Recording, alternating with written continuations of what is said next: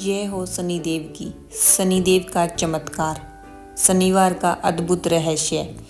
क्या हो अगर किसी आलसी और कामचोर आदमी को राज्य की सबसे बड़ी चोरी सुलझाने का काम मिल जाए और उसकी जान इस बात पर टिकी हो कि उसे 7 दिनों के भीतर 7 खतरनाक चोरों को पकड़ना है जिनके बारे में उसे कुछ भी नहीं पता। यह कथा है मोहन की, एक ऐसा इंसान जिसकी एक झूठी बात उसे मौत के मुंह में ले गई, और शनिदेव की अद्भुत कृपा जिसने उसे अनोखे ढंग से बचाया भी। शाही खजाने में सेंध लग चुकी थी, लाखों की संपत्ति गायब और किसी को भनक तक नहीं। लोग कहते थे कि मोहन के पास असाधारण शक्ति है, वह भूत, वर्तमान और भविष्य देख सकता है। विशेषकर शनिवार के दिन उसकी बातें कभी गलत नहीं पड़ती।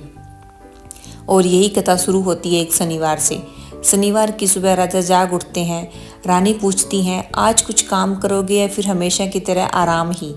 मोहन की पत्नी भी वही बात कहती है, तुमसे अच्छा तो वह मदारी है जो बंदर का खेल दिखाकर 2 पैसे कमा लेता है। अगले दिन फिर शनिवार था। मोहन शनिदेव के मंदिर पहुंचा। हे प्रभु, हमेशा आपकी पूजा की, पर आज समाज मुझे निठल्ला समझता है, मेरी लाज रखिए। मोहन रोने लगता है। अचानक एक दिव्य आवाज आती है, वत्स मोहन, तुम्हारी भक्ति व्यर्थ नहीं जाएगी। यह कलम और कागज तुम्हारे मार्गदर्शक है। शनिवार तुम्हारे जीवन का साक्षी होगा। मोहन मंदिर से निकलकर पीपल के पेड़ के नीचे बैठता है और कागज पर लकीरें खींचने लगता है। तभी एक आदमी बकरी ढूंढता हुआ वहां आता है। मोहन ने वह बकरी सुबह देखी थी, पर बात को चमत्कार की तरह पेश किया। तुम्हारी बकरी मंदिर के पास गन्ने के खेत में है। बकरी सच में वहीं मिल जाती है और लोग मोहन को सच्चा ज्योतिषी मानने लगते हैं। शनिवार को उसकी दुकान पर भारी भीड़ रहने लगी। तभी रानी की दासी चंपा आती है।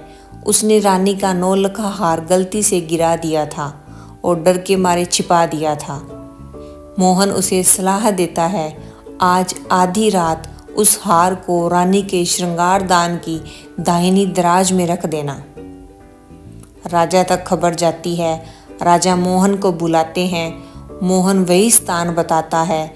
सैनिक जांच करते हैं, हार मिल जाता है। मोहन को इनाम भी मिलता है और उसकी प्रसिद्धि बढ़ती जाती है।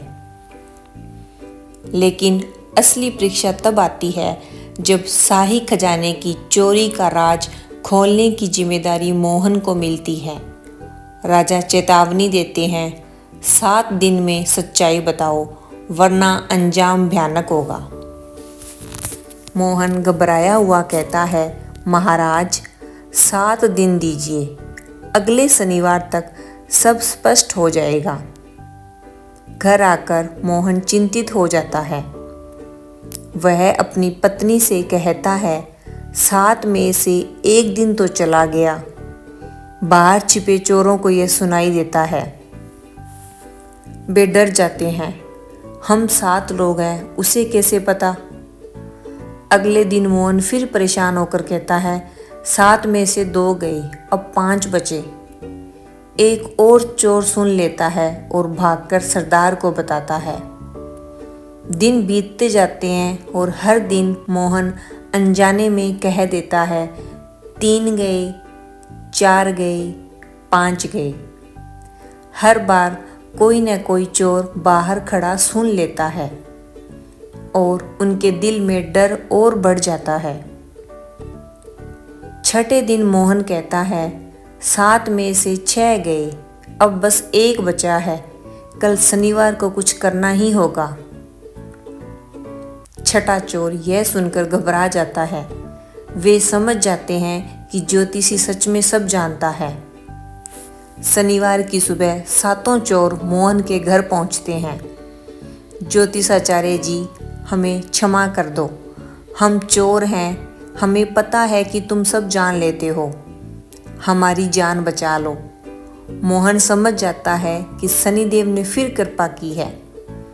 वह कहता है, अगर जान बचानी है तो चोरी का सारा माल शहर के बाहर पुराने सूखे कुएं में डालाओ, किसी को खबर न लगे। चोर डरे हुए माल कुएं में फेंक आते हैं।